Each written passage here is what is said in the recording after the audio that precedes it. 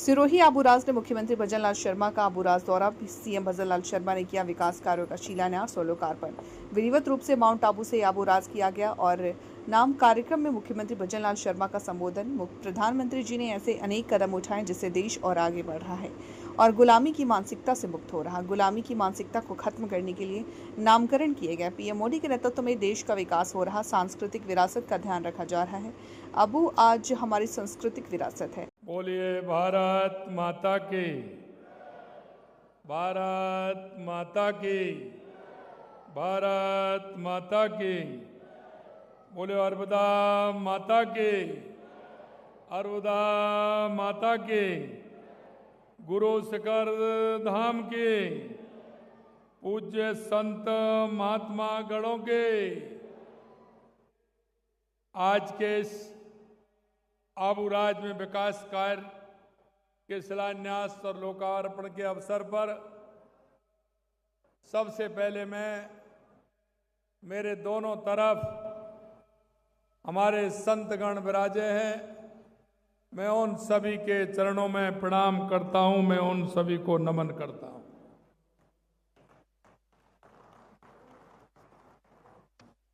आज के इस कार्यक्रम में मंच पर विराजमान हमारे सभी मंत्रीगण और हमारे यहाँ के प्रभारी भाई के बिश्नोई जी, सम्मानीय ओटाराम जी, समाराम जी, हमारे पार्टी के प्रदेश के अध्यक्ष मदन राठौड़ जी,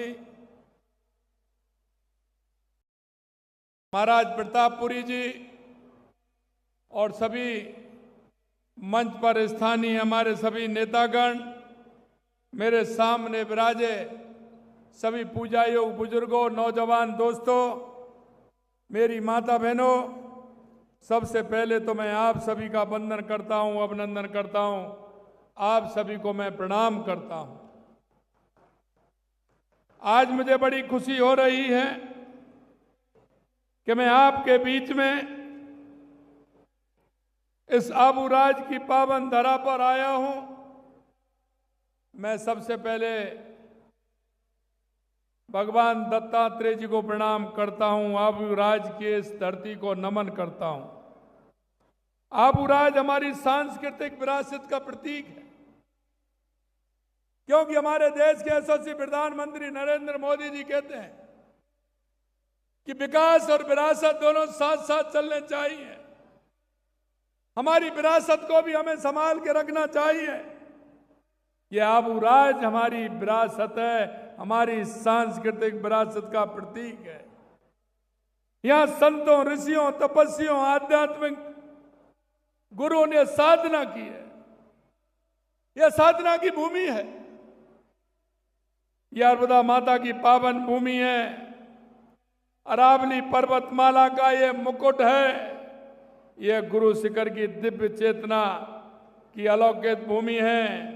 मैं इस भूमि को बार बार नमन करता हूं, इस भूमि को मैं प्रणाम करता हूं।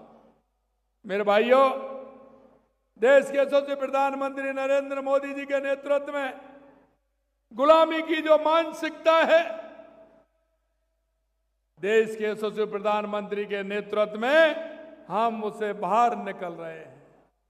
ऐसे जो चिन्ह हैं, जो हमारी सांस्कृतिक विरासत को उन्होंने मिटाने का काम किया, उन्होंने नाम बदल करके उसकी पहचान बुलाने का काम किया। और जब कोई राष्ट्र अपनी पहचान को भूलता है तो स्वयं को खो देता है, लेकिन जब पहचान लौटती है तो राष्ट्र का आत्मविश्वास भी लौट करके आता है।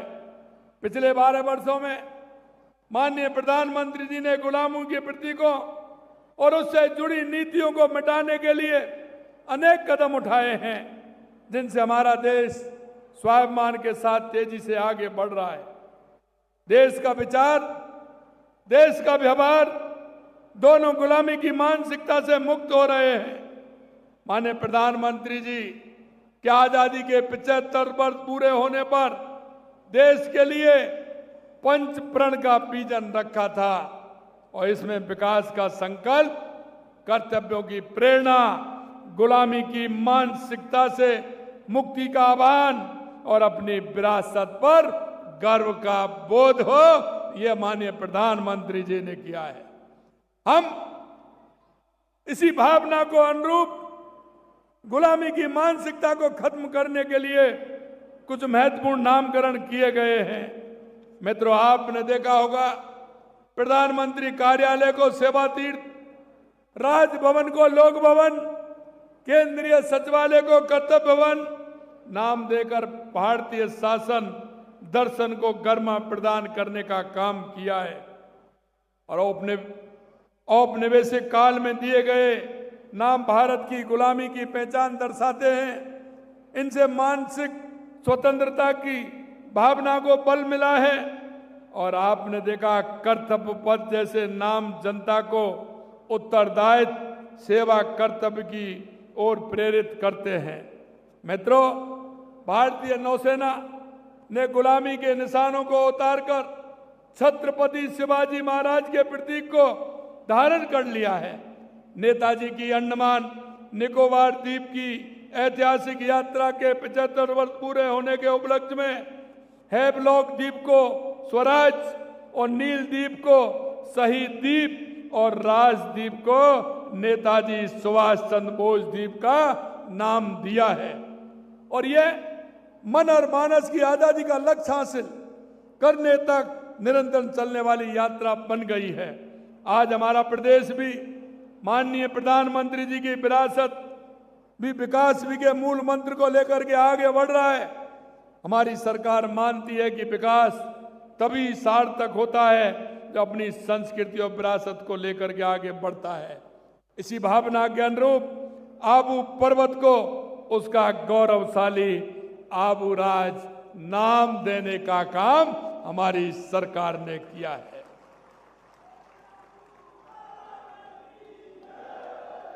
आबू राज केवल नाम परिवर्तन नहीं है, यह हमारी संस्कृति का सम्मान है, यह हमारी विरासत का सम्मान है, यह संत समाज की भावनाओं का सम्मान है, यह यहाँ की जनता की आस्था का सम्मान है। साथियों, यह हमारी वो तपोभूमि है। इस तपोभूमि में